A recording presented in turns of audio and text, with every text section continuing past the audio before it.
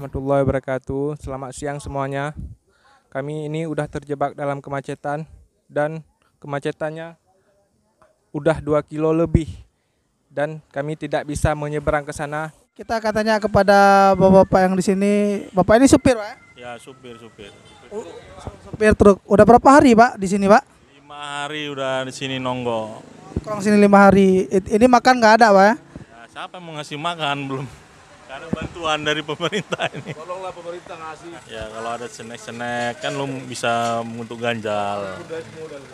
Ini tujuan mau kemana, Pak? Ke apa? Banda Aceh. Per hari, berarti hujan-hujan, Pak, di sini, Pak, ya? Udah hujan lebat. Mau tadi malam pun udah hujan lebat.